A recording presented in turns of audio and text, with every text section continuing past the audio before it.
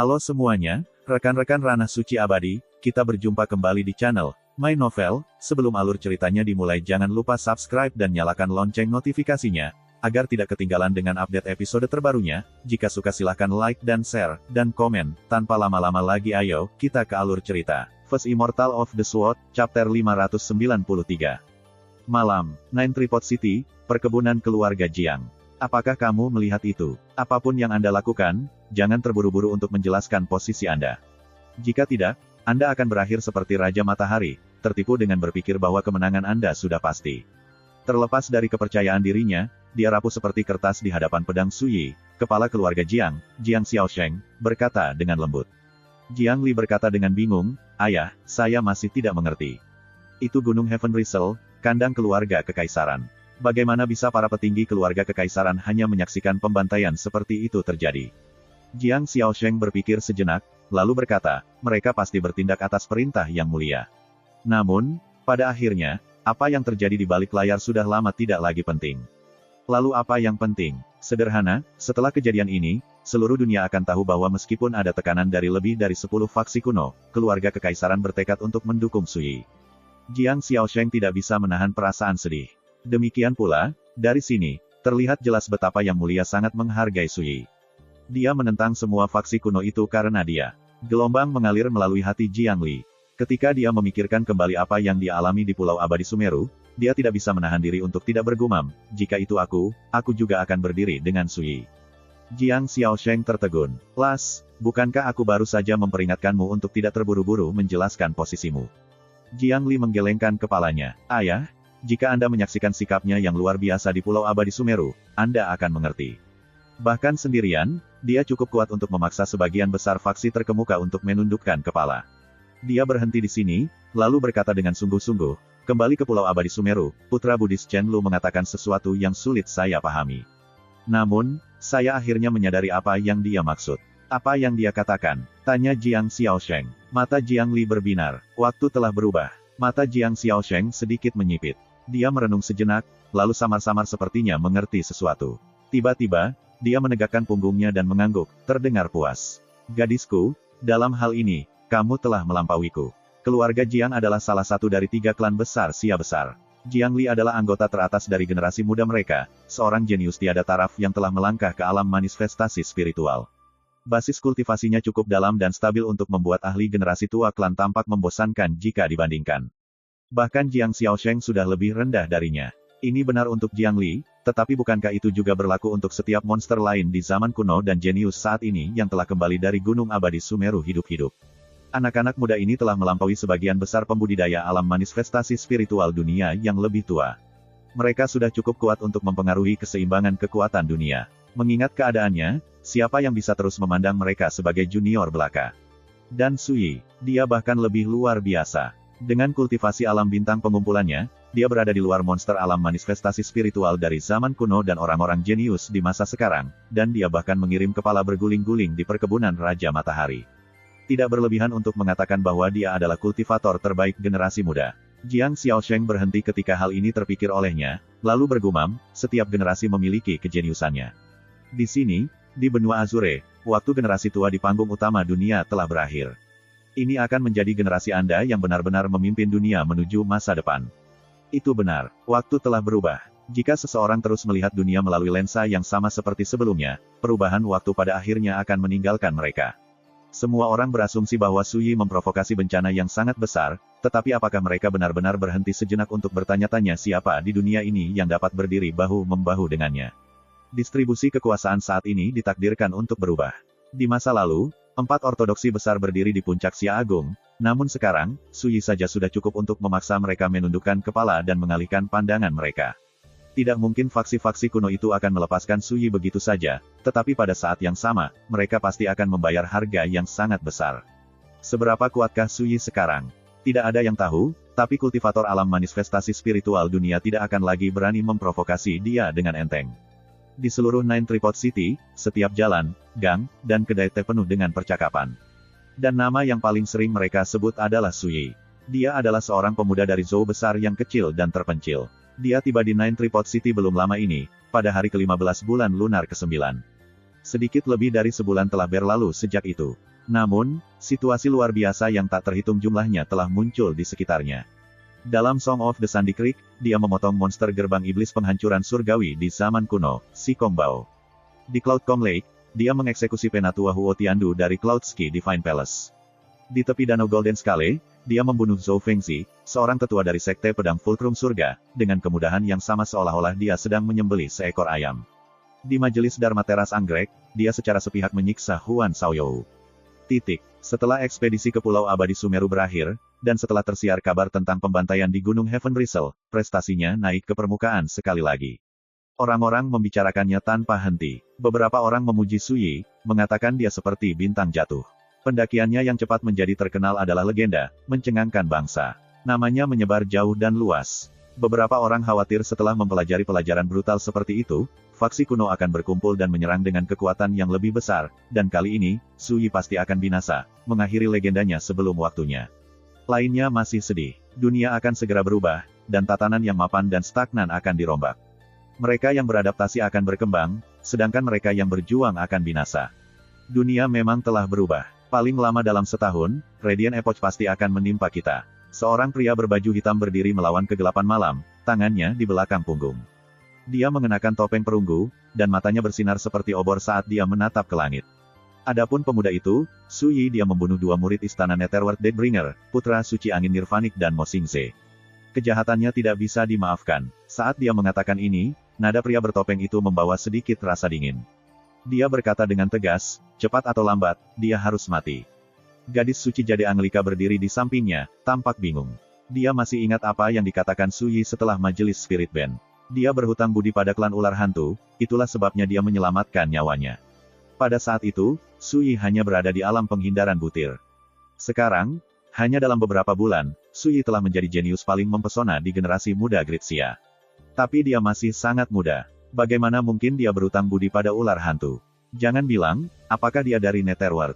Gadis suci itu mengerutkan bibirnya, lalu memutuskan untuk mencari kesempatan untuk bertemu dengan Su Yi sekali lagi. Tanah leluhur keluarga iblis Huan. Bahkan sisa-sisa Demon Emperor Heavenly Avaris akan gagal menghancurkan Su Yi. Sepertinya kartu di lengan bajunya tidak sederhana seorang tua yang acak-acakan, berlengan telanjang, berpakaian rami berkata dengan lembut. Leluhur, tidak mudah bagi tuan muda untuk bertahan hidup selama 30.000 tahun dari larangan kegelapan kuno, namun Su Yi pergi dan membunuhnya. Tolong, balas dendam tuan muda. Leluhur, tolong balas dendam tuan muda. Anggota keluarga Hu terdekat berteriak dengan kesedihan. Dia sudah mati. Kemarahan tidak akan ada gunanya bagi kita, kata sesepuh bertelanjang tangan itu dengan tenang.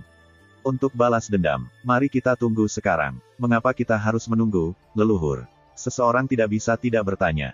Ekspresi aneh muncul di wajah sesepuh bertelanjang tangan itu. The Radiant Epoch akan tiba lebih awal dari yang diantisipasi. Hari-hari mendatang adalah kesempatan sempurna bagi keluarga Huan kita untuk memulihkan vitalitasnya. Saat dia berbicara, suaranya sedikit bergetar. Penindasan larangan kegelapan kuno selama 30.000 tahun telah memberikan pukulan telak bagi vitalitas keluarga. Hanya dengan bersembunyi di tanah leluhur mereka, mereka berhasil bertahan hidup dengan putus asa, dan mereka tidak pernah pergi dengan enteng. Namun, segalanya berbeda sekarang. Paling lama dalam setahun, Radiant Epoch akan menimpa mereka. The Radiant Epoch akan tiba lebih awal dari yang diharapkan. Pakar keluarga Huan awalnya tercengang, tapi kemudian, mereka tersenyum gembira. Tunggu saja, ketika keluarga Huan benar-benar muncul ke dunia, semua faksi lemah yang menyedihkan itu pasti akan berlutut di kaki kita. Kata sesepuh bertangan telanjang. Ekspresinya tenang, tapi matanya berkobar. Adegan serupa dimainkan di Gunung Tianjidao, Sekte Matahari Terbakar, dan berbagai faksi kuno lainnya. Energi spiritual dunia secara diam-diam pulih. Meski perubahannya belum terlihat jelas, itu adalah pertanda yang mengejutkan, itu berarti Radiant Epoch akan tiba lebih awal dari yang diantisipasi. Hati beberapa orang membengkak karena emosi. 30.000 tahun larangan kegelapan kuno akhirnya akan berakhir. Akhirnya ada tanda-tanda bahwa zaman keemasan kita akan segera dimulai. Bertahan sedikit lebih lama, paling lama 1 tahun. Kami bisa menunggu selama itu. Beberapa tertawa terbahak-bahak. Faksi kuno seperti kita akan memasuki dunia, satu demi satu. Tatanan dunia saat ini pasti akan mengalami transformasi yang mengguncang dunia. Beberapa sombong dan puas diri. Bukan hanya faksi kuno yang merasakan perubahan di langit dan bumi dan pertanda lainnya. Faksi teratas saat ini Fulcrum of Heaven Sword Sect, Cloud Ski Divine Palace, Kuil Maha, dan Sekte Qinyi Dao semuanya juga memperhatikan. Badai langsung menyapu seluruh dunia. Namun, masa belum menyadari bahwa Radiant Epoch, yang awalnya akan dimulai dalam 3-5 tahun, akan tiba lebih awal. Dan tidak ada yang tahu bahwa semua ini terjadi karena benih Azure yang diambil Su Yi dari reruntuhan bintang ke-9. First Immortal of the Sword, Chapter 594. Di bawah langit malam, Nine Tripod City, di dalam sebuah pavilion. Qi Jiansu menatap, tercengang, pada pria tua buta yang muncul entah dari mana seperti hantu. Kamu, siapa kamu? Pakaian lelaki tua buta itu lusuh, rambutnya acak-acakan, dan soketnya berlubang dan meresahkan. Sekilas, dia jelas bukan orang baik. Meskipun dia tidak memiliki mata, di bawah tatapan evaluasi soketnya yang kosong, merinding muncul di kulit Qi Jiansu. Apakah lelaki tua buta ini semacam orang cabul? Sementara itu, lelaki tua buta itu begitu bersemangat dan gembira sehingga dia menggosok-gosokkan kedua tangannya. Nak, akulah yang membuat jimat lentera hantu yang baru saja kamu hancurkan. Jika saya tidak salah, Yang Mulia Su Yi yang memberikannya kepada Anda. Apakah saya benar? Ketika dia menyebut Su Yi, Qi Jiansu langsung menghela nafas lega. Dia tidak bisa menahan diri untuk bertanya, berani saya bertanya, saya harus memanggil Anda apa? Pria tua buta itu terdiam sesaat. Kemudian, dia berkata dengan sungguh-sungguh, saya belum bisa memberitahu Anda nama atau asal-usul saya, tetapi saya dapat memberi Anda kesempatan untuk menentang surga dan mengubah nasib Anda. Qi Jiansu mengangkat alisnya. Jika bukan karena Su Yi, dia pasti akan menganggap lelaki tua buta itu adalah semacam penipu. Mereka baru saja bertemu, namun di sini dia berbicara tentang kesempatan untuk menentang langit dan mengubah nasibnya. Jika dia bukan penipu atau artis scam, siapa dia? Qi Jiansu menarik napas dalam-dalam dan mengarahkan pandangannya yang cerah dan tajam pada lelaki tua itu. Saya tidak ingin menentang surga atau mengubah nasib saya. Saya hanya ingin warisan yang sesuai dengan bakat saya. Apakah Anda memilikinya? Orang tua buta itu tersenyum, lalu berkata dengan santai, gadis, saya tidak melebih-lebihkan ketika saya mengatakan bahwa Anda dapat mencari di seluruh dunia ini, dan Anda tidak akan menemukan orang lain yang memiliki warisan seperti itu. Dia berhenti di sini, sesuatu sepertinya telah terjadi padanya. Dia menambahkan, tentu saja, Yang Mulia Su Yi adalah pengecualian.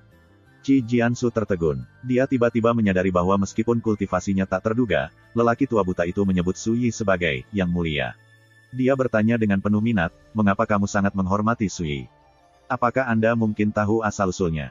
Seberapa mampukah dia? Bisakah Anda memberitahu saya? Orang buta tua itu tidak yakin harus berkata apa. Dia tidak peduli tentang kesempatan untuk menantang surga dan mengubah nasibnya, tapi dia peduli dengan urusan orang lain. Gadis ini ada sesuatu yang aneh tentang dia. Dia batuk kering, lalu mengatur ekspresinya. Dia sekarang tampak hormat, seolah menatap gunung yang megah dan megah. Nak, tidak berlebihan untuk menggambarkan Yang Mulia Su Yi sebagai makhluk abadi yang jatuh.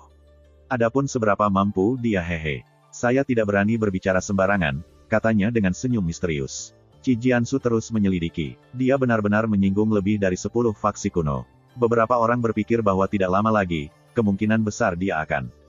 Pria buta tua itu mendengus dingin dan memotongnya. Bagaimana masa yang bodoh bisa memahami kekuatannya? Selusin atau lebih perayapan kecil yang menyedihkan yang selamat dari larangan kegelapan kuno, itu saja.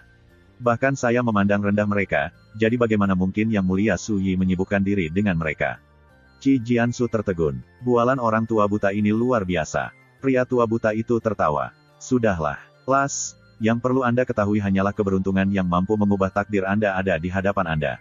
Selama Anda menerima saya sebagai tuan Anda, akan tiba harinya pencapaian Anda di Grand Dao akan mempesona langit dan bumi. Qi Jiansu, pada akhirnya, bukanlah orang biasa. Dia juga monster dari zaman kuno, dan dia memiliki faksi kuno di belakangnya. Bagaimana mungkin pernyataan seperti itu bisa menggerakkan dia? Jika bukan karena keyakinannya pada karakter Su Yi, dia pasti sudah menarik pedangnya dan menebas pembual tua ini. Dia pernah melihat membual sebelumnya, tapi dia belum pernah melihat seseorang membual tanpa malu-malu. Apa? Langit dan bumi yang mempesona. Apakah orang ini mengira dia semacam ahli Imperial Realm? Kamu tidak percaya padaku. Orang tua buta itu sepertinya mengambil sikap meremehkannya, dan dia segera menarik slip batu giok hitam dari lengan bajunya. Dia memberikannya kepada Qi Jiansu dan berkata, slip giok ini berisi teknik warisan garis keturunan kami, lentera menerangi malam tanpa akhir. Tentu saja hanya berisi porsi awal. Lihatlah, maka Anda akan tahu bahwa saya tidak berbohong kepada Anda. Saluran, kita, siapa bagian dari garis keturunanmu? Qi Jiansu bergumam pada dirinya sendiri. Namun, dia tidak bisa menekan rasa ingin tahunya. Dia menerima slip itu, lalu memasukkan indera kedewaannya dan memeriksa isinya. Sesaat kemudian, wanita muda itu terpaku di tempat. Matanya yang seperti pisau melebar, dan raut wajahnya yang halus dipenuhi dengan kebingungan dan keheranan. Hanya melihat rahasia di dalamnya seperti kunci membuka bakatnya. Energinya diam-diam melonjak, dan sosoknya yang ramping dan melengkung bersinar dengan gumpalan kilau yang mengingatkan pada malam abadi. Pria buta tua itu dengan tajam menangkap ini, dan ekspresinya dipenuhi dengan kegembiraan yang tak dapat disembunyikan. Dia bergumam, itu benar-benar tulang Netherfin Yin. Bibit bagus yang langka dan tak tertandingi. Qi Jiansu tertegun. Jadi, rekan Daoisu benar-benar mengatakan yang sebenarnya warisan yang sangat cocok dengan bakatku benar-benar ada di dunia ini. Ketika dia selanjutnya melihat lelaki tua buta itu, sikapnya sudah sangat berbeda. Senior, jika saya menerima Anda sebagai tuan saya, Anda akan mengirimkan warisan ini kepada saya. Pria tua buta itu mengangguk. Tentu saja, sepertinya Qi Jiansu masih belum berani mempercayainya. Bukankah itu terlalu terburu-buru? Anda baru saja melihat saya untuk pertama kalinya.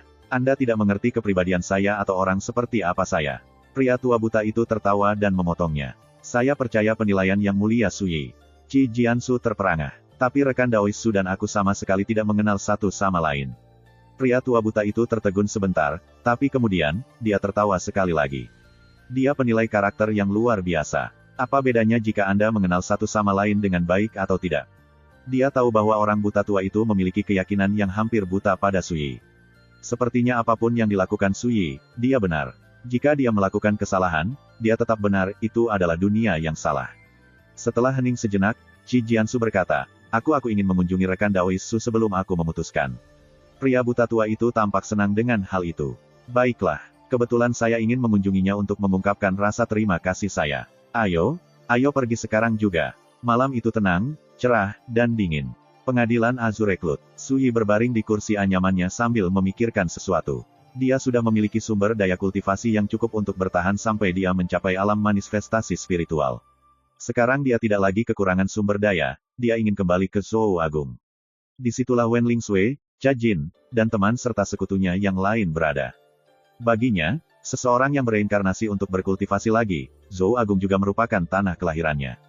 Yuan Heng, mulailah bersiap-siap. Kami akan kembali ke Zhou Agung besok, kata Suyi dengan santai. Temperamennya selalu seperti ini, dia pergi kemana hatinya membawanya, dan dia segera mengambil tindakan. Yuan Heng sedang menyeduh teh di dekatnya. Dia membeku. Besok, apakah ada masalah? Tanya Suyi. Yuan Heng buru-buru menggelengkan kepalanya. Pergi beritahu yang lain. Kami akan berangkat besok saat fajar, perintah Suyi. Ya, Yuan Heng bergegas melakukan apa yang diperintahkan. Tak lama, Wen Xinzhao tiba. Kakak Su, kamu akan kembali ke Zhou Agung besok. Jejak ketidakberdayaan muncul di wajah Wen Xinzhao yang menakjubkan. Dia ragu-ragu, lalu berkata, bukankah itu terlalu mendadak? Saya ingin mencari kesempatan untuk kembali ke sekte dan mendiskusikan berbagai hal dengan tuan saya dan yang lainnya. Suyi berpikir sejenak, lalu berkata, tidak ada alasan kamu tidak bisa kembali ke sektemu. Saya mengunjungi Zhou Agung, tetapi sangat mungkin saya akan kembali ke Xia Agung tidak lama lagi. Wen Xinzhao mengangguk. Baiklah, aku akan menunggumu kembali. Suyi mengeluarkan kotak batu giok dan memberikannya kepada Wen Xinzhao. Ini adalah jimat tingkat kekaisaran yang Kaisar Xia berikan padaku saat kami berangkat ke Pulau Abadi Sumeru. Seperti yang Anda ketahui, itu disebut kupu-kupu mengubah cakrawala. Ambillah untuk perlindungan ekstra. Wen Xinzhao merasakan kehangatan mengaliri dirinya, dan tatapannya melembut, tetapi dia tidak menolak. Sebaliknya, dia berbisik, Kakak Su, lain kali kita bertemu aku akan tetap di sisimu. Aku tidak akan pergi kemana-mana. Wajahnya yang cantik tampak agak malu-malu, tetapi ekspresinya serius dan tegas. Su Yi tersenyum. Baiklah, begitu dia mengatakan ini, seseorang mengetuk pintu. Ge Qian pergi untuk membukanya, dan tak lama kemudian, dia kembali memimpin seorang pria berjubah kain sederhana. Kaisar Xia. Kaisar tersenyum dan menyapa Su Yi. Rekan Taois, saya berkunjung larut malam. Aku tidak mengganggu istirahatmu, kan? Su Yi tetap duduk. Jika Anda kembali kemarin, saya tidak perlu melakukan kunjungan pribadi ke Gunung Heaven Rizal. Kaisar terdiam. Kemudian, dia menghela nafas dan berkata, seandainya aku kembali kemarin, pengecut keluarga kekaisaran yang tidak setia tidak akan berani mengungkapkan diri. Su Yi menyesap labu anggurnya, lalu berkata, yah, sudahlah. Semua itu ada di masa lalu. Saya khawatir Anda tidak berada di sini malam ini hanya untuk membicarakannya, bukan? Kaisar tertawa. Aku tahu aku tidak akan bisa menyembunyikannya darimu. Tiba-tiba, ekspresinya berubah serius, dan dia berkata dengan serius, rekan Taois, apakah Anda memperhatikan bahwa energi spiritual sekitar telah meningkat akhir-akhir ini? Seperti yang diharapkan, kata Su Yi dengan anggukan. Sesuatu telah mengubah Origins of the Azure, dan Radiant Epoch sekarang akan tiba lebih awal dari yang diperkirakan. Lebih khusus lagi, itu akan tiba paling lama dalam setahun. Murid Kaisar Xia mengerut. Jadi, kamu sudah menyimpulkan itu. Su Yi tersenyum. Dialah yang pergi dengan Seed of the Azure. Bagaimana mungkin dia tidak memprediksi perubahan yang dihasilkan ke benua Azure? Pada hari-hari berikutnya, semakin banyak energi spiritual akan memenuhi benua Azure yang sebelumnya tandus secara spiritual. Semua kekuatan, peluang, dan keberuntungan yang tersegel akan menerobos bumi, satu demi satu. Ketika permulaan sebenarnya dari zaman Radiant tiba, itu akan membawa perubahan kualitatif yang sebenarnya. Kaisar menghela nafas. Perubahan ini benar-benar tidak terduga, dan mengganggu beberapa pengaturan saya. Saya datang ke sini malam ini untuk meminta bimbingan Anda, rekan Taois. Apakah ada cara yang lebih cepat untuk memulihkan formasi penghalang 9 tripod suppression? Saya ingin itu diperbaiki sesegera mungkin. Su Yi berpikir sejenak, lalu menggelengkan kepalanya. Bahkan jika saya secara pribadi terlibat, saya tidak dapat mengembalikan kejayaannya seperti semula. Namun, begitu saya melangkah ke alam manifestasi spiritual, saya akan dapat memulihkan sekitar 70% dari kekuatan sebelumnya dalam 10 hari. Mata Kaisar Xia berbinar. Cukup, jika penghalang penindasan 9 tripod memulihkan 70% dari kekuatan sebelumnya, ketika zaman Radiant turun, itu akan memberikan perlindungan yang sangat baik ke kota 9 tripod, serta keluarga kekaisaran. Jangan terlalu bersemangat terlalu cepat. Bahkan jika saya bersedia membantu, itu harus menunggu sampai saya mencapai alam perwujudan spiritual, mengingatkan Su Yi. Kaisar Xia tertawa. Sebulan yang lalu, ketika Anda melanjutkan ke Pulau Abadi Sumeru, Anda hanya berada di alam istana asal tahap akhir. Sekarang, sebulan kemudian, Anda sudah berada di alam Gathering Stars tahap menengah. Mengingat kekuatan fondasi Anda dan kecepatan kultivasi Anda, saya percaya bahwa itu tidak akan lama sebelum Anda dengan lancar mengatasi kesengsaraan manifestasi spiritual Anda dan memasuki Spirit Dao. Su Yi tidak punya apa-apa untuk dikatakan tentang itu. Sepertinya Kaisar Xia cukup percaya padaku. First Immortal of the Sword, Chapter 595. Su Yi berpikir sejenak, lalu berkata, bagaimana dengan ini? Dalam beberapa bulan minimal atau paling banyak setengah tahun, saya akan kembali ke Great Xia. Ketika saatnya tiba, saya akan membantu Anda memperbaiki formasi. Kaisar Xia berseru, mau kemana, rekan Taois? Kembali ke Zhou Agung. Kaisar tampak tercerahkan, tetapi kemudian, sesuatu terlintas di benaknya. Rekan Taois, kalau begitu berhati-hatilah dalam perjalananmu. Alis Su Yi terangkat. Mengapa kamu mengatakan itu? Baru-baru ini, di 13 provinsi Great Xia, beberapa monster dari zaman kuno telah muncul. Kami telah memanggil bawahan kami di seluruh negeri untuk menyelidiki, dan tampaknya kelompok monster kedua dari zaman kuno telah mulai muncul. Menurut Kaisar Xia, kelompok kedua ini berbeda dari yang pertama karena mereka semua telah memasuki Spirit Dao. Semuanya cukup kuat untuk dengan mudah menekan pembudidaya modern dari budidaya yang sama. Selanjutnya, mereka menguasai seni dan harta rahasia kuno. Masing-masing memiliki akumulasi yang lebih mengerikan daripada yang sebelumnya. Kekuatan seperti itu sudah cukup untuk mengancam berbagai faksi kultivasi di dunia. Saat mendengar ini, Su Yi tampak penasaran. Bagaimana mereka dibandingkan dengan anggota kelompok monster kuno pertama? Mereka yang sudah melangkah ke alam manifestasi spiritual. Kaisar Xia berkata, dengan asumsi mereka hanya berada di alam perwujudan spiritual, sepertinya tidak banyak perbedaan. Namun, yang membuat kami khawatir adalah apakah peringkat mereka termasuk keberadaan spiritual incarnation atau bahkan spiritual revolution realm. Su Yi berkata dengan santai, jika seorang kultivator realm revolusi spiritual benar-benar muncul sekarang, mereka pasti akan mengalami kesengsaraan besar. Jangan lupa, kekuatan larangan kegelapan kuno belum sepenuhnya memudar. Mengingat situasinya, semakin tinggi kultivasi seseorang, semakin besar kemungkinan larangan untuk menargetkan mereka. Su Yi kemudian mendongak dan menatap ke langit malam. Larangan kegelapan kuno, pada dasarnya, merupakan kesengsaraan dari Grand Dao. Pada puncaknya, itu menimbulkan ketakutan di hati bahkan para pembudidaya Imperial Realm, memaksa mereka untuk melarikan diri dari benua atau mati. Meskipun kekuatannya telah surut, ia belum benar-benar bubar. Itu masih cukup untuk mengancam para pembudidaya alam revolusi spiritual. Namun, seiring berjalannya waktu, itu akan memudar. Segera, larangan kegelapan kuno tidak lagi menjadi ancaman. Hanya dengan begitu tokoh realm revolusi spiritual yang tidak aktif akan berani muncul kembali. Mata Kaisar Xia bersinar dengan cahaya aneh. Pemahaman Su Yi tentang larangan kegelapan kuno cukup mengejutkan. Dia berpikir sejenak, lalu mengeluarkan secarik batu giok dan memberikannya kepada Su Yi.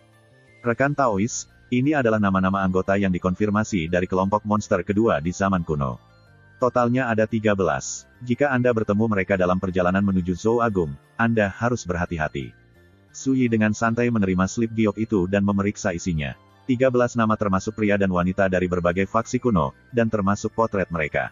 Mereka tidak hanya 13, kan? Suyi menarik akal ilahinya dan bertanya dengan santai. Itu benar, kata Kaisar Xia. Ini hanya yang diketahui oleh keluarga kekaisaran, tapi mereka pasti bukan satu-satunya di luar sana.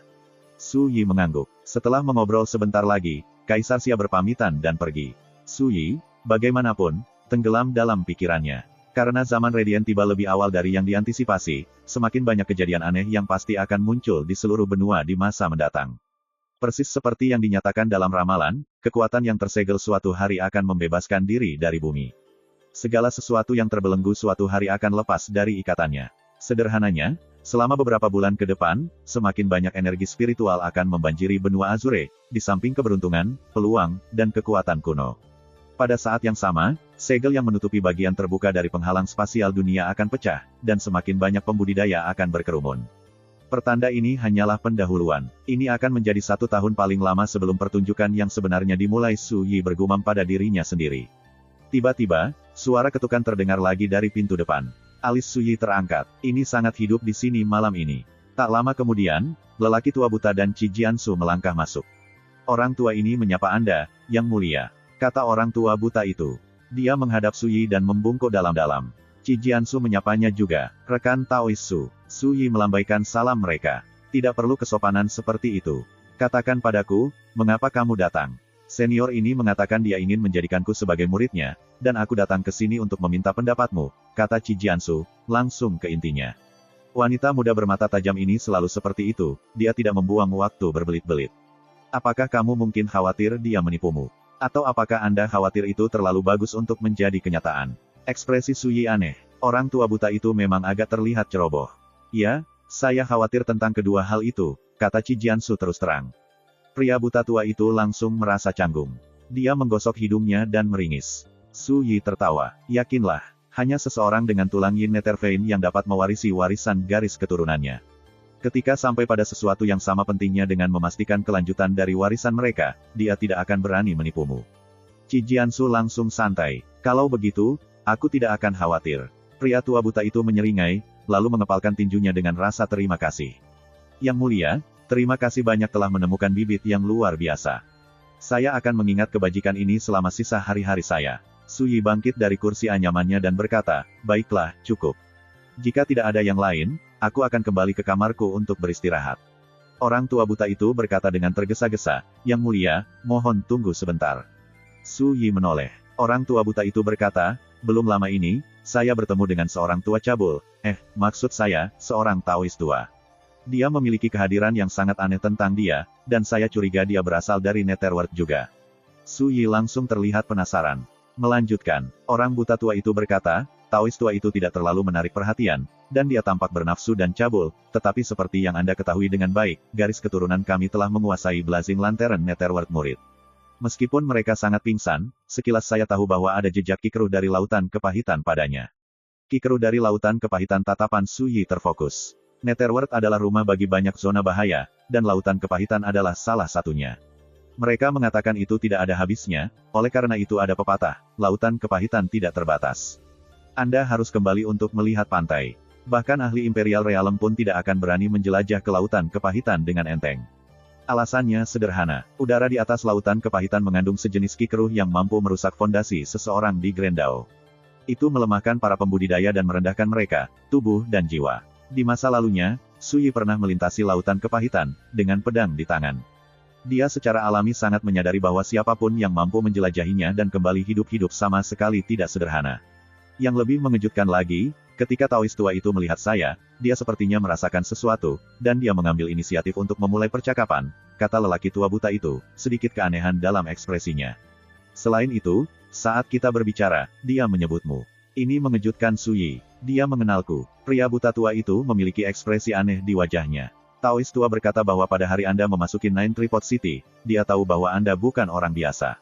Karena itu, dia menggunakan harta karun rahasia untuk menentukan nasibmu. Pada akhirnya, dia gagal mengungkap misteri apapun, dan upaya itu menghancurkan hartanya. Alis Suyi terangkat. Apakah kamu tahu di mana dia melihatku? Sudut bibir lelaki tua buta itu berkedut. Gerbang Song of the Sandy Creek. Tatapan Qi Jiansu berubah secara tak terduga. Semua orang di Nine Tripod City tahu bahwa Song of the Sandy Creek adalah rumah bordil yang terkenal. Bagaimana Suyi bisa menyibukkan diri dengan perubahan ekspresinya? Setelah berpikir sejenak, dia tiba-tiba menyadari. Jadi, orang tua itulah yang mencoba bermain dan berlari. Memang, dia ingat lelaki tua itu. Pada hari pertamanya di Nine Tripod City, dia mengunjungi Song of the Sandy Creek untuk menyelamatkan Yue Shichan. Sebelum memasuki rumah bordil, dia melihat stafnya memukuli seorang Taois tua dan melemparkannya keluar gedung. Lelaki tua itu bahkan berteriak tentang bagaimana tidak dihitung tidak membayar jika dia tidak masuk sebagai pelanggan, memancing tawa yang menggelegar. Memang, itu orang mesum yang sama. Dia sangat tidak bermoral, tapi saya yakin asal-usulnya tidak sederhana, kata lelaki tua buta itu. Selain itu, aku sangat curiga dia akan datang mencarimu. Apakah dia mengincarku? Dia memberitahu saya bahwa dia kehilangan harta karun karena Anda, dan bahwa dia sangat ingin membuat Anda mengkompensasi kerugiannya. Namun menurut pandanganku, ini bukan tentang harta yang hancur. Dia hampir pasti memikirkan hal lain, kata lelaki tua buta itu. Suyi merenungkan ini. Sampai sekarang, dia bertemu dengan dua orang yang datang ke sini melalui Netherworld. Yang pertama adalah lelaki tua buta dari pembawa sarkofagus lentera hantu. Yang kedua adalah murid ketujuhnya, Suan Ning. Ada juga faksi kuno dari benua Azure dengan koneksi mendalam ke dunia bawah, Istana Netherworld Deadbringer. Selain itu, jajaran mereka termasuk keturunan dari klan ular hantu, salah satu dari 9 klan kerajaan dunia bawah.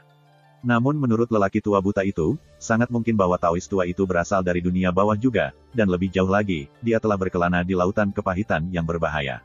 Jika itu akhirnya, itu akan menjadi satu hal. Tapi tampak jelas bahwa Taois tua mengejarnya. Suyi tidak punya pilihan selain menganggap ini serius. Apakah kamu tahu namanya? Tanya Suyi. Orang tua buta itu berkata, dia berkata bahwa takdirnya dilanda bencana dan bahwa dia telah menghabiskan seluruh hidupnya mengembara dengan kejam, tidak dapat mengesampingkan kemalangannya. Karena itu, banyak orang memanggilnya Taois tua Mingya, Netherworld Crow. Suyi mengelus rahangnya. Gagak Netherworld, itu burung yang sangat sial, seperti dewa wabah. Yang lain takut tidak lebih dari gagal melarikan diri pada satu waktu, namun Taois tua ini telah pergi dan menjadikannya gelarnya. Itu sebenarnya agak menarik. Dia berhenti, lalu bertanya, apakah dia melihat asal-muasalmu? Ekspresi lelaki tua buta itu berubah tak menentu. Meskipun aku tidak bisa melihatnya, aku merasa bahwa orang tua itu menangkap beberapa petunjuk. Kalau tidak, ketika dia pertama kali bertemu secara kebetulan, dia tidak akan mengambil inisiatif untuk berbicara denganku. Suyi berpikir sejenak. Apakah dia mengatakan hal lain? Orang buta tua itu menggelengkan kepalanya. Suyi tidak punya pertanyaan lebih lanjut. Jika Taois tua Mingya benar-benar mengarahkan pandangannya padanya, cepat atau lambat dia akan muncul sendiri.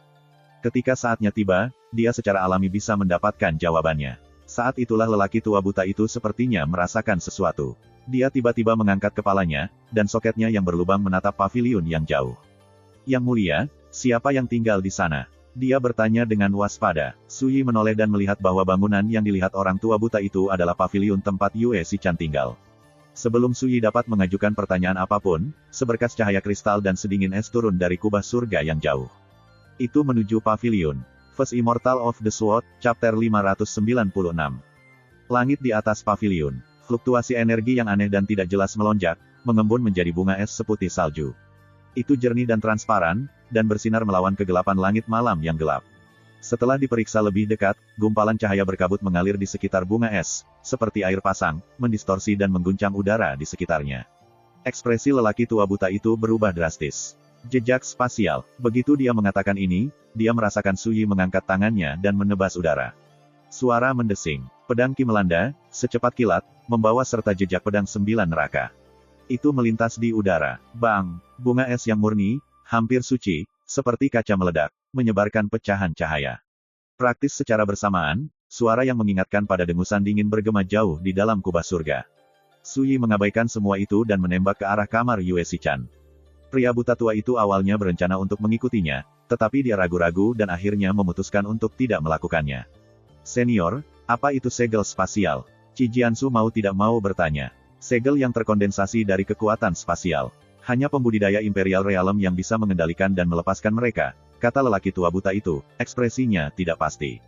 Biasanya, ketika segel spasial muncul, itu bertindak seperti simpul spasial. Bahkan dari alam eksistensi lain, seorang kultivator Imperial Realm dapat menggunakan seni rahasia ini untuk membuka terowongan antar dunia. Qi Jiansu tersentak. Apakah itu berarti seorang kultivator Imperial Realm baru saja mencoba membuka terowongan spasial dan turun ke dunia kita? Orang buta tua itu menggelengkan kepalanya. Kekuatan alam kekaisaran sangat menakutkan, itu jauh melampaui apa yang bisa ditanggung oleh terowongan spasial. Sepertinya dia mencoba membuka jalan. Buka jalan, Qi Jiansu bertanya dengan bingung. Itu benar, soket berlubang orang tua buta itu menatap paviliun Yue Xichan. Seseorang yang bukan dari benua Azure merasakan kehadiran pemilik bangunan itu dan berusaha membangun terowongan spasial untuk membawanya pergi. Hati Qi Jiansu bergetar. Dia mungkin monster di zaman kuno, tapi sangat jarang dia mendengar tentang rahasia tingkat ini. Sebenarnya ada begitu banyak rahasia luar biasa di balik segel spasial itu. Sementara itu, di dalam paviliun, Yue Xichan terperangah saat dia menatap Suyi, yang baru saja menerobos masuk ke kamarnya. Apakah ada yang salah, saudara Su? Dia secantik lukisan dan sehalus makhluk abadi. Saat dia berbicara, dia secara naluriah bangkit. Suyi bertanya, sebelumnya, ketika kamu sedang bermeditasi, apakah kamu merasakan sesuatu yang tidak pada tempatnya? Yue Xichan berpikir sejenak. Yang saya rasakan hanyalah tanda-tanda terobosan yang akan segera terjadi, tetapi tidak ada hal lain yang luar biasa. Suyi tidak bisa tidak memeriksanya dengan serius. Kembali ke Pulau Abadi Sumeru, kultivasi wanita muda itu mencapai puncak alam bintang pengumpul tahap akhir, dan dia sudah memiliki fondasi yang diperlukan untuk mencoba memasuki alam manifestasi spiritual. Namun, Suyi tidak bisa melihat melalui segel spasial yang dia lihat sebelumnya. Berbicara secara logis, karena dia pernah merawat luka Yue Xichan dalam waktu yang lama, dia seharusnya memahami tubuhnya seperti punggung tangannya. Dia sudah lama menemukan bahwa ada kekuatan luar biasa tertentu dalam dirinya. Namun, sekarang, segel spasial telah muncul, dan itu ditujukan padanya. Sepertinya ada sesuatu yang aneh terjadi di sini. Apa yang terjadi, saudara Su? Yue Xichan berbisik. Tatapan niat Suyi membuatnya sedikit tidak nyaman. Segel spasial muncul sebelumnya, kata Suyi setelah berpikir sejenak. Dia kemudian menjelaskan apa yang baru saja dilihatnya. Yue Xichan tampak bingung dan khawatir. Segel spasial berbentuk seperti bunga es. Jangan bilang, alis Suyi terangkat. Apakah kamu sudah menebak sesuatu? Setelah hening sesaat, Yue Xichan berkata, Kakak Su, sejujurnya, aku tumbuh tanpa ibu dan ayahku. Nenek saya membesarkan saya, memberi saya teknik kultivasi, dan mengajari saya menggunakan pedang. Namun, dia jatuh sakit parah dan meninggalkan dunia ini ketika saya berusia 7 tahun. Hanya ketika kultivasi saya mencapai puncak alam Anas Rafa Martial Dao, saya menemukan bahwa ada ingatan tersegel yang tercetak di dalam jiwa saya. Jadi, itu tersembunyi di dalam jiwamu. Suyi tampak tercerahkan. Bisakah Anda membiarkan saya melihatnya? Yue Xichan mengangguk. Baiklah. Suyi segera menjangkau dengan sulur seperti tentakel dari akal ilahinya, yang tenggelam ke dalam lautan kesadaran Yue Xichan. Yue Xichan bergetar seolah dia disambar petir, merasa sangat tidak nyaman. Lautan kesadaran seseorang bersifat pribadi dan sangat rapuh. Tanpa kepercayaan mutlak, tidak ada yang akan membiarkan perasaan ilahi orang lain masuk ke dalamnya. Saat perasaan ilahi Suyi memasuki jiwa Yue Xichan, dia merasakan sensasi yang aneh. Sangat sulit untuk dijelaskan, ketika kedua jiwa itu bersentuhan, mereka seperti ikan yang hidup berdampingan di air, begitu dekat, seolah tidak ada celah di antara mereka. Gemetar jiwanya membuat matanya yang jernih dipenuhi dengan kebingungan, dan sosoknya yang ramping dan anggun menjadi mati rasa dan lemas, seolah-olah dia tersengat listrik. Sensasinya aneh melampaui kata-kata. Tak lama kemudian, Suyi menarik akal ilahinya. Yue Xichan menghela nafas lega, tetapi pada saat yang sama, dia merasakan kekosongan yang tidak bisa dijelaskan. Dia langsung malu, dan wajahnya yang lembut memanas dan memerah. Perasaan ini terlalu memalukan dia dalam hati merasa malu. Seperti yang kupikirkan, segel spasial datang ke sini untukmu, kata Suyi, cahaya aneh di matanya. Sebelumnya, ketika dia memasukkan perasaan sucinya ke dalam lautan kesadaran Yue Xichan, dia segera melihat jejak ingatan misterius. Itu jernih seperti es, dengan kilau salju, dan berbentuk seperti bunga iris yang mekar. Itu memiliki kehadiran kuno dan misterius. Itu adalah jejak jiwa yang sangat khas. Hanya para ahli Imperial Realm yang dapat membentuk jejak seperti itu, karena mereka dihiasi dengan kehendak dan aura seorang kaisar. Kecuali Suyi salah, seorang kaisar telah menempatkannya di dalam lautan kesadaran Yue Xichan ketika dia masih muda. Selain itu, jejak jiwa yang memandu segel spasial padanya. Itu di sini untukku. Alis Yue Xichan berkerut bingung. Itu benar, kata Suyi. Kemungkinan besar, orang yang sama yang meninggalkan jejak itu di jiwamu menggunakan seni segel spasial dalam upaya membuka terowongan spasial dan membawamu pergi. Bawa aku pergi. Mata berbintang Yue Xichan melebar. Kamu tidak tahu tentang semua ini? Tanya Suyi. Yue Xichan menggelengkan kepalanya. Aku tidak melakukannya. Suyi kemudian berbagi pemahamannya tentang situasi dengannya, bahwa pemilik cetakan jiwa adalah seorang kaisar, dan aplikasi ajaib dari segel spasial. Ini membuat Yue Xichan tanpa sadar linglung, dan wajahnya yang cantik tiada taraf tampak benar-benar linglung. Saya berani mengatakan dengan pasti bahwa asal-usul Anda tidak sederhana. Kemungkinan besar kaisar yang mencoba membawamu pergi adalah kerabatmu, kata Suyi, merenung dengan keras. Selain itu, usahanya untuk menggunakan segel spasial untuk membuka terowongan spasial adalah bukti bahwa dia tidak berada di benua Azure. Jika dia tidak perlu pergi ke semua masalah itu. Lagi pula, bahkan untuk para ahli Imperial Realm, menggunakan segel spasial dan membuat terowongan spasial seperti itu merupakan pengeluaran yang sangat besar dari basis kultivasi mereka, dan itu juga sangat berisiko. Kecerobohan sesaat dapat menyebabkan cedera parah. Membuka terowongan spasial itu sederhana. Setiap kaisar bisa melakukannya. Namun, melakukan hal itu berarti menimbulkan risiko yang sangat besar. Lagi pula, terowongan yang menghubungkan dataran yang berbeda kemungkinan besar akan menghadapi bencana yang tidak terduga, seperti badai spasial atau hujan penghancuran waktu. Jika mereka cukup malang untuk menghadapi kekuatan seperti itu saat membuka terowongan spasial, bahkan ahli Imperial Realm yang perkasa pun bisa menderita luka parah. Mereka bahkan mungkin mati. Begitukah? Dan di sini aku menghabiskan bertahun-tahun berpikir aku sudah lama tidak punya keluarga lagi. Yue Shichan memiliki ekspresi konflik di wajahnya. Kata-kata Suyi sangat mengejutkan. Jangan biarkan ini membuatmu kesal, Suyi tertawa. Sebenarnya, saya pikir Anda harus bahagia. Paling tidak, Anda sekarang tahu bahwa ada rahasia seputar asal-usul Anda. Cepat atau lambat, Anda akan mendapatkan jawabannya. Dia berhenti, lalu melanjutkan, aku merusak usaha kaisar malam ini, tapi itu karena ini terjadi begitu tiba-tiba, karena mengkhawatirkan keselamatan Anda, saya tidak punya pilihan selain segera mematikannya. Yue Shichan mengangguk, tatapan lembut di wajahnya yang cantik dan cantik. Saya mengerti. Suyi tertawa dan berkata, aku bisa memprediksi bahwa tidak lama lagi, mereka akan datang mencarimu lagi. Ketika saatnya tiba, dan jika kami dapat memastikan bahwa mereka tidak memiliki niat buruk, Anda boleh pergi bersama mereka. Meninggalkan. Hati Yue Shichan mengepal. Meninggalkan berarti meninggalkan benua Azure. Dia bahkan tidak pernah mempertimbangkan hal seperti itu. Suyi berkata dengan lembut, tentu saja, jika kamu tidak mau, tentu saja aku tidak akan membiarkan itu terjadi.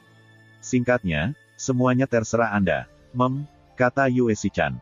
Suyi tahu bahwa dia bingung, dan dia tidak bisa memproses keterkejutan dari semua informasi baru ini dengan begitu cepat. Hal terbaik yang bisa dia lakukan untuknya sekarang adalah membantunya menenangkan diri. Sudah larut, Anda harus kembali dan beristirahat, tetapi jika terjadi sesuatu, datang mencari saya.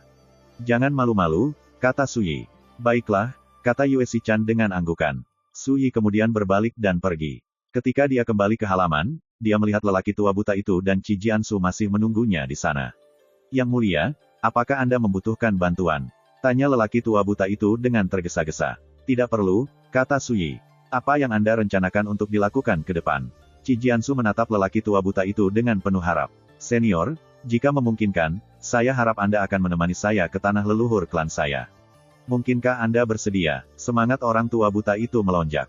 Tentu saja aku bersedia. Suyi tertawa. Bagaimana dia bisa melewatkan perubahan sikap Qi Jiansu terhadap lelaki tua itu? Setelah mengobrol lebih lama, lelaki tua buta itu dan Qi Jiansu berpamitan dan pergi. Suyi, bagaimanapun, kembali ke kamarnya. Banyak yang telah terjadi hari ini, tetapi itu tidak dapat memengaruhi rutinitas kultivasi atau jadwal hariannya. Seperti sebelumnya, dia kembali ke kamarnya, duduk bersila, dan bermeditasi. Jalur kultivasi adalah salah satu akumulasi harian yang dibangun selama berbulan-bulan dan bertahun-tahun. Bertahan dalam segala hal meskipun kebosanan membutuhkan kemauan yang kuat. Itu juga berlaku untuk kultivasi. Namun, di mata Suyi, tidak ada yang bisa dibandingkan dengan kultivasi di dunia ini, dia tidak pernah menganggapnya membosankan. Pagi hari berikutnya, langit cerah dan cerah. Suyi dan teman-temannya mengumpulkan barang bawaan mereka dan meninggalkan Azure Cloud Court, tempat mereka tinggal selama lebih dari sebulan. Mereka kemudian meninggalkan 9 kota Tripod dan memulai perjalanan kembali ke Zhou Agung. Itu adalah hari ketiga dari bulan lunar ke-11. Ketika dia mengingat kembali semua yang dia alami di Nine Tripod City, satu baris muncul tanpa diminta di benak Suyi, buat keributan besar, lalu diam-diam menyelinap pergi. Itu sebenarnya agak menggembirakan. First Immortal of the Sword, Chapter 597. 5 hari kemudian, hari ke-8 bulan lunar ke-11. Dekat perbatasan selatan Great Xia, kota Gunung Yin, juga dikenal sebagai Fengdu Kota Hantu Kecil. Ini adalah kota pertama yang dikunjungi Suyi setelah tiba di Xia Besar. Disinilah, di pasar hantu Little Fengdu, dia bertemu dengan lelaki tua buta pembawa sarkofagus lentera hantu. Kamar dekat jendela di lantai 2 sebuah restoran. Suyi, Yue Shichan, Ge Qian, Yuan Heng, dan Bai Wenxing sedang minum bersama. 3 bulan lalu, guru dan saya bertemu Bai Wenxing di lembah dingin Emerald Cloud Piton Mountains, kata Yuan Heng dengan penuh emosi. Saat itu, kami masih bepergian dengan rekan Taois Ling dan Nona King Ya, dan guru masih berada di alam penghindaran butir.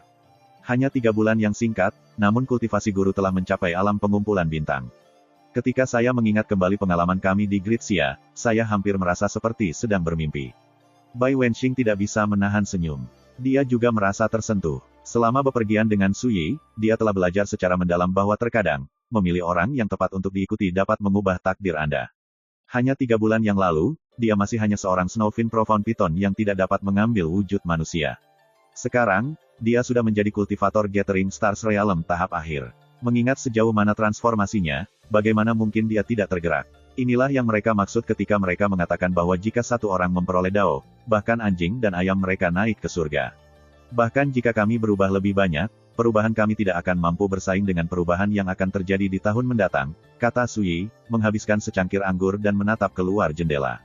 Sudah 5 hari sejak dia meninggalkan Nine Tripod City, melintasi berbagai provinsi dan kota. Dia sudah menyaksikan beberapa perubahan.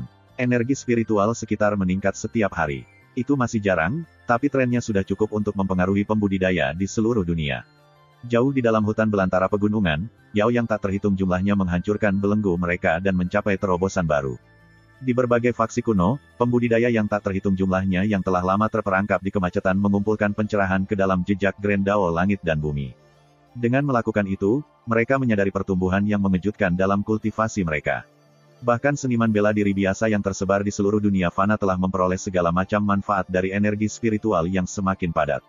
Alasannya sederhana, energi spiritual benua Azure terlalu sedikit sebelumnya. Meskipun Sia besar adalah yang terbesar dari banyak negara di benua itu, hegemonnya yang tidak diragukan lagi, hanya faksi-faksi utama yang memiliki tanah yang diberkati untuk penanaman yang dapat melatih para pembudidaya yang cakap.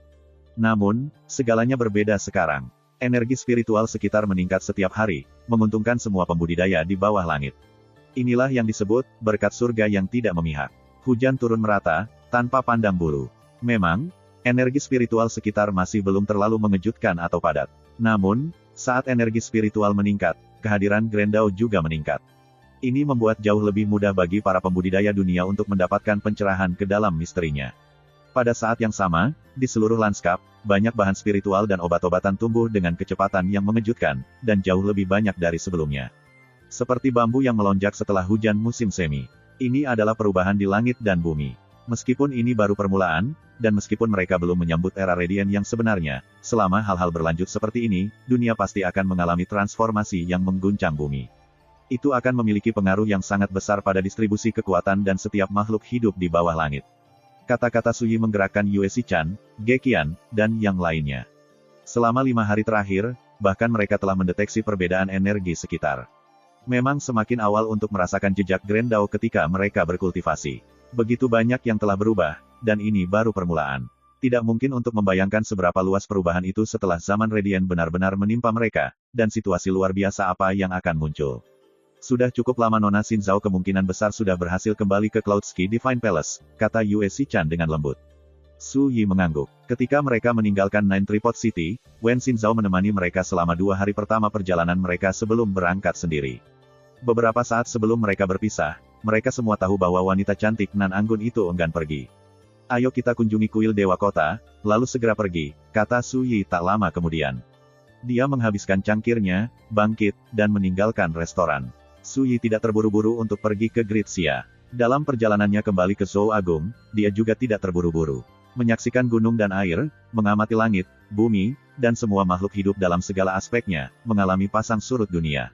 Semua yang dia lihat dan rasakan di sepanjang jalan adalah bentuk kultivasi. Dupa menyala di depan altar. Kuil itu adalah lautan manusia, kebanyakan dari mereka adalah pemuja. Sebuah bait familiar yang digantung di sisi gerbang kuil. Selama hidup Anda, terserah Anda apakah akan mengumpulkan pahala atau melakukan tindakan kejahatan. Sejak awal waktu, Netherworld tidak pernah mengabaikan siapapun.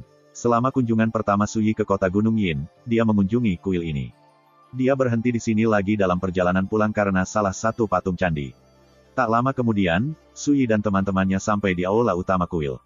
Patung setinggi 90 kaki menjulang di dalamnya. Patung itu menggambarkan seorang wanita dengan sosok ramping. Di bawah pinggang, tubuhnya seperti ular melingkar. Satu tangan membentuk segel, yang lain memegang lentera berbentuk teratai tinggi-tinggi. Orang-orang percaya mengantri untuk masuk, menyalakan dupa, berlutut, dan berdoa.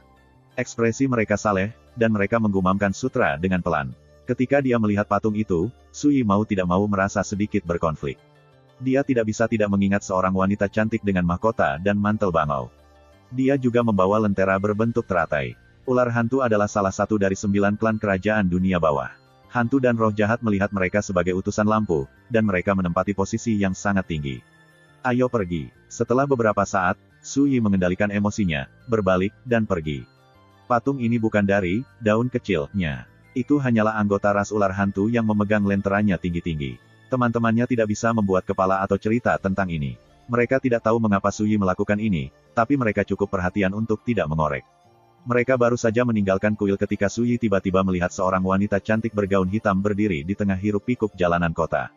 Ketika dia melihat Sui, dia menarik napas dalam-dalam, seolah mengumpulkan keberaniannya sebelum berjalan untuk menyambutnya.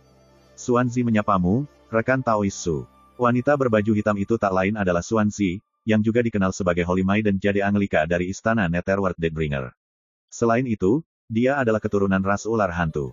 Alis Sui terangkat ke atas, dan dia merasa agak aneh.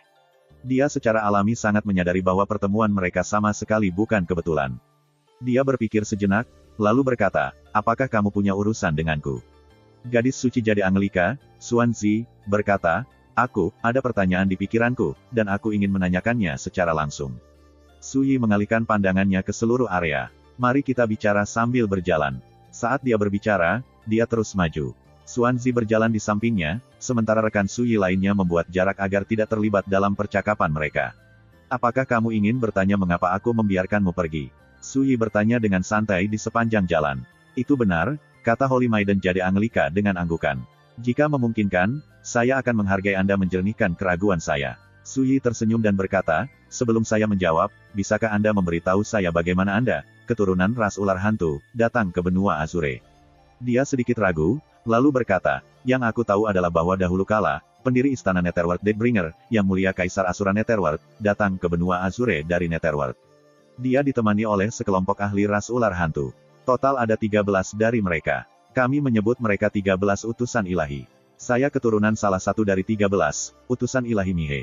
Dengan kata lain, meskipun aku keturunan ras ular hantu, aku lahir di benua Azure, dan aku belum pernah ke Netherworld. Semua yang saya tahu tentang itu, saya dengar dari senior saya. Su Yi merenungkannya. Jadi begitu. Dia kemudian mengeluarkan potret yang digulung dan menunjukkannya kepada gadis suci. Lihatlah ini. Apakah pria yang digambarkan di sini adalah Netherworld Asura Emperor? Gadis suci Jade Anglika tertegun. Ketika dia membuka gulungan itu, dia melihat sungai darah dan platform teratai hitam mengambang di arus. Seorang pria berjubah hitam panjang dan hiasan kepala bulu duduk bersila di peron. Hanya siluet ramping punggungnya yang terlihat di lukisan itu. Sungai darah sangat luas, dengan arus yang bergelombang. Pria berjubah hitam itu melayang di permukaannya, di atas panggung teratai hitam, punggungnya menghadap massa. Meski hanya siluetnya yang terlihat, dia tampak tinggi dan menyendiri, seperti penguasa yang memimpin 9 langit. Sui mendapatkan lukisan ini di kerajaan pohon lokas, mengambilnya dari Manor Madam Sihua. Dia tahu bahwa lukisan itu biasa saja, bukan harta karun apapun, tetapi isinya sangat menarik. Itu menggambarkan sungai darah dosa yang terkenal di dunia bawah, yang berasal dari tanah api penyucian yang berbahaya dan mengalir ke lautan kepahitan yang tak berujung. Perairannya penuh dengan kuasa dosa. Apapun yang mereka sentuh, terlepas dari apakah itu hidup atau mati, akan terkorosi hingga ketiadaan. Hanya pembudidaya Imperial Realm yang bisa menghadapi efek korosifnya tanpa rasa takut. Itu benar, itu memang potret Kaisar Asura Netherworld, kata Xuanzi. Apa hubungannya dengan ular hantu? Tanya Sui. Setelah jeda tertegun, Xuanzi berkata, Yang Mulia Kaisar Asura Netherworld secara alami adalah anggota ras kita, tetapi dia adalah keturunan cabang utama. Jauh sebelum tiba di benua Azure, dia sudah menjadi ahli ular hantu yang sangat berpengaruh. Mereka bilang, dia berhenti di sini, ekspresinya hormat, bahkan hormat. Mereka mengatakan bahwa kakak perempuan Kaisar Asura Netherworld adalah yang pertama dan satu-satunya permaisuri ras ular hantu. Tidak peduli seberapa tenang mentalitasnya, Sui merasa terperangah. Netherworld Asura Emperor adalah adik Little Leaf. Sesaat kemudian, ekspresinya berubah aneh. Dia tidak bisa tidak bertanya, apakah kamu tahu kapan Kaisar Asura Netherworld tiba di benua Azure?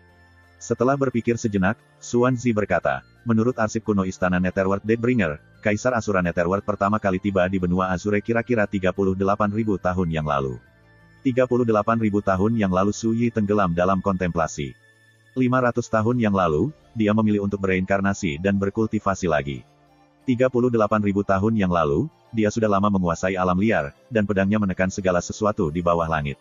Selain itu, pada saat tunggu sebentar. Pada saat itulah dia berkelana ke dunia bawah sendirian untuk mencari rahasia samsara dan kelahiran kembali. Pada perjalanan itulah dia dan pembawa peti mati hantu tua, pendiri pembawa sarkofagus lentera hantu, memancing di kolam kelahiran kembali. Dia juga berkelana ke lautan kepahitan dan mata air kuning. Saat itulah dia membantu Yeyu, daun kecil, dalam mengatasi kesengsaraan yang belum pernah terjadi sebelumnya. Dia telah melangkah dengan mulus ke dao yang mendalam, menjadi permaisuri pertama dari pembawa sarkofagus lentera hantu. Saat ingatan akan kehidupan masa lalunya membanjiri pikirannya tanpa henti, Su Yi sepertinya mengingat siapa Kaisar Asura Netherworld itu. Ekspresinya berubah agak aneh, dan sudut bibirnya berkedut tak terkendali. Jangan bilang bajingan kecil itu yang tanpa malu-malu bersikeras memanggilku saudara iparnya. First Immortal of the Sword, Chapter 598. Little Leaf memiliki seorang adik laki-laki. Namanya Yesun. Dia tidak dapat diprediksi, sangat sombong, dan tidak terkendali, Raja Iblis, dari ras ular hantu. Dia tidak takut pada langit maupun bumi, dan dia memiliki ketabahan yang luar biasa. Setelah bertemu Su Yi, Yesun menjadi semakin tak terkendali. Su Yi ingat bahwa dalam ekspedisi kehidupan masa lalunya ke dunia bawah, setiap kali Yesun menyebabkan bencana, dia segera memanggil nama Su Xuanjun. Dia bahkan tidak tahu malu menyebut Su Yi sebagai saudara iparnya. Saat itu, tingkah laku Yesun menimbulkan banyak kesalahpahaman. Beberapa ahli terkemuka dunia bawah mengirim hadiah pernikahan Su Yi dan mengucapkan selamat kepadanya karena telah menikah dengan Little Leaf. Bahkan beberapa orang tua dari ras ular hantu bermain bodoh dan memilih untuk tidak menyangkalnya. Akibatnya, Su Yi memberi Yesun pelajaran yang menyakitkan. Namun, anak itu tidak bisa diperbaiki. Bahkan setelah dipukuli, dia tidak memperbaiki perilakunya, dan dia masih melakukan apapun yang dia suka. Dia tampak sangat ingin meminjam prestise Su Yi. Memikirkan kembali insiden itu sekarang, Su Yi tidak tahu apakah harus tertawa atau menangis. Namun, ketika dia menyadari bahwa seseorang seperti itu kemungkinan besar adalah patriark pendiri istana Netherworld Deathbringer, Kaisar Asura Netherworld itu membuatnya merasa sedikit aneh. Apakah dia dipanggil Yesun? Tanya Su Yi. Gadis suci itu membeku, tertegun. Rekan Taois, Anda pernah mendengar nama termasyur Netherworld Asura Emperor? Seperti yang diharapkan, Su Yi tampak tertegun. Apakah kamu tidak ingin tahu mengapa aku meninggalkanmu jalan menuju kehidupan? Ya, kemudian, dia menyadari sesuatu, dan matanya membelalak. Jangan bilang itu terhubung dengan Yang Mulia, Kaisar Asura Netherworld. Tidak, itu karena kakak perempuannya, kata Su Yi dengan santai. Permaisuri pertama dari ular hantu. Gadis suci Jade Anglika belum pernah mendengar hal yang begitu absurd dalam hidupnya. Dia benar-benar tidak bisa menghubungkan Su Yi, seorang pemuda, dengan permaisuri legendaris dari ular hantu, seseorang yang menjadi terkenal di Netherworld puluhan ribu tahun yang lalu. Perbedaannya terlalu besar. Xuanzi menghela nafas ringan. Lupakan, rekan Taois, tidak apa-apa jika Anda tidak mau memberi tahu saya. Jelas dia mengira Su Yi hanya membohonginya. Su Yi berkedip, agak bingung, tapi dia tidak menjelaskan lebih jauh. Bahkan jika dia memberitahu gadis suci tentang kehidupan masa lalunya, tidak mungkin dia mempercayainya. Dia berpikir sejenak, lalu bertanya, 30.000 tahun yang lalu, ketika larangan kegelapan kuno pecah, kemana Yesun pergi? Ketika dia mendengarnya memanggil Kaisar Asura Netherworld secara langsung dengan nama, tanpa kesopanan sedikit pun, Xuanzi tidak bisa menahan diri untuk tidak meringis. Apakah dia benar-benar tak kenal takut? Mereka mengatakan bahwa ketika larangan kegelapan kuno dimulai, Kaisar Asura Netherworld memimpin 13 utusan ilahi untuk mencari sumur kekacauan kuno. Mereka sedang mencari cara untuk melawan kekuatan larangan, kata Xuanzi. Namun, mereka tidak pernah kembali akibatnya, selama bertahun-tahun setelah itu dan di bawah efek korosif larangan, istana Netherworld Deathbringer terfragmentasi dan terbelah. Dia tidak bisa membantu tetapi menghela nafas panjang. Dia pergi mencari sumur kekacauan kuno. Su Yi mengerutkan alisnya. Apa yang disebut sumur kekacauan kuno, sebenarnya adalah reruntuhan bintang ke-9. Tidak ada keraguan bahwa Yesun tidak pernah menemukannya. Lagi pula, Kaisar Sumeru Yao dari Sumeru Shain mengendalikan satu-satunya jalan menuju reruntuhan bintang ke-9. Jadi kemana perginya Yesun? Mungkinkah dia sudah mati di bawah pengaruh larangan kegelapan kuno? Di sini, sesuatu sepertinya terjadi pada Xuanzi. Namun, menurut seniorku, kemungkinan besar Kaisar Asura Netherworld dan utusan ilahi kembali ke Netherworld. Hanya saja tidak ada cara untuk memastikan apakah itu benar atau tidak. Su Yi mengangguk dan tidak memikirkan masalah itu lebih jauh. Terlalu banyak waktu telah berlalu sejak saat itu. Nanti, jika ada kesempatan, dia tidak keberatan menyelidiki lebih lanjut. Tapi untuk saat ini, bahkan jika dia ingin menyelidikinya, dia tidak akan bisa menemukan petunjuk apapun. Aku membunuh Mo Xingze di Pulau Abadi Sumeru. Bukankah Istana Netherworld Deathbringer berencana untuk membalas dendam? Su Yi bertanya, mengubah topik pembicaraan. Mata indah Xuanzi terfokus. Saya tidak akan berbohong kepada Anda, rekan Taois. Master istana kami saat ini telah merasakan perubahan pada energi spiritual sekitar, dan kami saat ini sedang mengumpulkan kekuatan kami dan bersiap untuk menyambut turunnya zaman Radiant. Kami tidak mungkin menimbulkan masalah bagi Anda dalam waktu dekat. Tampaknya kepala istanamu tidak membiarkan amarahnya mengacaukan kepalanya, kata Su Yi sambil berpikir. Xuanzi ragu-ragu, lalu berkata, rekan Taois, jangan berpuas diri. Tuan Istana berkata bahwa Anda membunuh putra suci Nirvanic Winds dan Mo Xingze, dan cepat atau lambat, Anda akan membayarnya. Su Yi tertawa. Jadi, saya sebenarnya agak menantikannya. Ini sebenarnya akan menjadi kesempatan yang baik untuk mengunjungi Istana Netherworld Deathbringer Anda sebagai tamu. Baik-baik saja maka, jika Anda tidak memiliki urusan lain dengan saya, mari berpisah di sini, kata Su Yi. Mereka sudah melewati gerbang kota Gunung Yin. Rekan Taois, di sini. Ambil lukisan itu kembali. Dia mencoba memberikannya padanya. Namun, Su Yi melambai padanya. Aku sudah tahu siapa dia, jadi tidak ada gunanya menyimpannya. Anda mungkin juga mengambilnya kembali. Dia pasti tidak bisa diganggu untuk menyimpan potret bajingan Yesun itu. Ayo pergi. Su Yi kemudian berbalik dan menembak ke arah pegunungan Cloud Piton yang jauh. Yue Xichan dan yang lainnya mengikuti dengan cepat. Xuanzi menyaksikan kepergian mereka, tatapan samar dan konflik di matanya yang indah. Dia tentu saja tidak percaya bahwa Su Yi telah menyelamatkannya karena permaisuri legendaris ras ular hantu. Namun, dia memiliki firasat tertentu bahwa Su Yi benar-benar memiliki hubungan yang dalam dengan ular hantu. Bahkan di sekte, hampir tidak ada yang tahu nama Netherworld Asura Emperor, namun sepertinya Su Yi sudah lama mengetahuinya. Ketika saya kembali, saya harus membaca dengan teliti arsip kami dan melihat apakah saya dapat menemukan petunjuk. Merindukan. Tiba-tiba, seseorang muncul di depan Xuanzi entah dari mana, sangat mengejutkannya sehingga dia secara naluriah mundur selangkah. Ketika dia melihat ke atas, dia melihat seorang Taois tua yang jorok dengan jubah usang. Apakah Anda memiliki bisnis dengan saya? Dia bertanya, tampak waspada. Taois tua itu tersenyum, matanya menyipit menjadi bulan sabit. Jangan takut, Nona. Dalam hidup ini, saya menghargai tidak lebih dari seorang gadis cantik, tapi saya tidak akan pernah melakukan sesuatu yang tidak menyenangkan. Saat dia berbicara, tatapannya beralih ke tubuh Xuanzi, menyelesaikan lingkaran penuh. Dia terlihat sangat tidak bermoral. Xuanzi memberontak, dan dia segera berbalik dan pergi. Hei, tunggu, saya memiliki sesuatu yang ingin saya tanyakan kepada Anda. Taois tua itu memulai, tetapi sebelum dia bisa menyelesaikannya, Xuanzi kabur menjadi seberkas cahaya, melesat menembus langit, dan menghilang di cakrawala. Apakah Taois yang rendah hati ini benar-benar menjijikkan? Pria tua itu menggosok wajahnya, tampak marah. Kamu punya mata, tapi kamu tidak mengenali harta karun di depanmu. Setelah ragu sejenak, dia menghela nafas panjang, lalu menembak ke arah Cloud Piton Mountains. Setelah meninggalkan Great Xia, Su Yi dan rekan-rekannya melanjutkan menuju Great Zhou, mulai dan berhenti di sepanjang jalan. 7 hari kemudian, hari ke-15 bulan ke-11. Ki Agung, tengah malam. Bulan itu bulat, sedingin es, dan terang seperti tergantung di atas kepala. Itu menerangi hutan belantara yang dipenuhi mayat di mana darah mengalir seperti sungai. Angin kencang yang menusuk melolong di tengah kegelapan, suaranya mengingatkan pada tangisan dan ratapan. Itu sangat meresahkan. Dunia benar-benar telah berubah. Su Yi berdiri di tengah kegelapan, di atas gunung, menatap medan perang yang berlumuran darah. Keningnya sedikit berkerut. Sejak meninggalkan Great Xia, mereka melewati 3 negara duniawi. Mereka melihat adegan pembantaian dan peperangan kemanapun mereka pergi, termasuk beberapa pertempuran berskala besar. Alasannya sederhana, saat energi spiritual langit dan bumi berangsur pulih, bahan spiritual dan obat-obatan di alam liar meningkat. Sampai-sampai bahkan beberapa gunung yang sebelumnya tampak biasa sekarang diliputi oleh energi spiritual yang mengejutkan.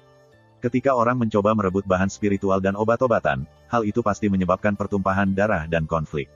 Sampai-sampai faksi pembudidaya mengesampingkan semua kepura-puraan satu sama lain dan berjuang habis-habisan untuk menduduki gunung-gunung yang diresapi dengan energi spiritual sebelum orang lain bisa. Di salah satu kota, Su Yi melihat tanah tiba-tiba retak dan terbelah saat mata air spiritual terbentuk.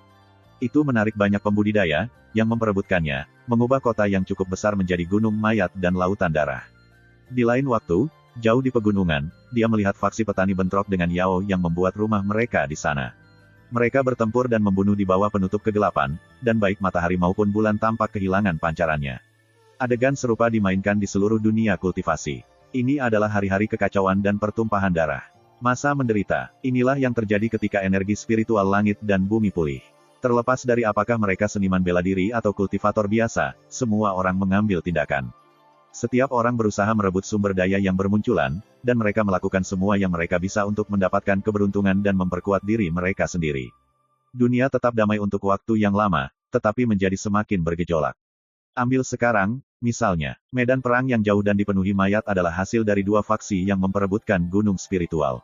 Konflik meningkat menjadi pertumpahan darah, meninggalkan tanah hangus dan dipenuhi mayat. Aku hanya ingin tahu bagaimana Zhou Agung telah berubah, kata Yuan Heng, sedikit khawatir. Ketika para pembudidaya bertempur, mereka seperti melawan dewa atau makhluk abadi, akibatnya menghancurkan rakyat jelata. Pertempuran semacam itu berdampak besar pada dunia biasa. Zhou Agung hanyalah sebuah kerajaan kecil yang terpencil. Jika kekacauan seperti itu terjadi di sana, api sinyal akan menerangi langit, dan penduduk akan menghadapi bahaya besar. Waktu sedang berubah, dan tidak ada yang bisa berbuat apa-apa.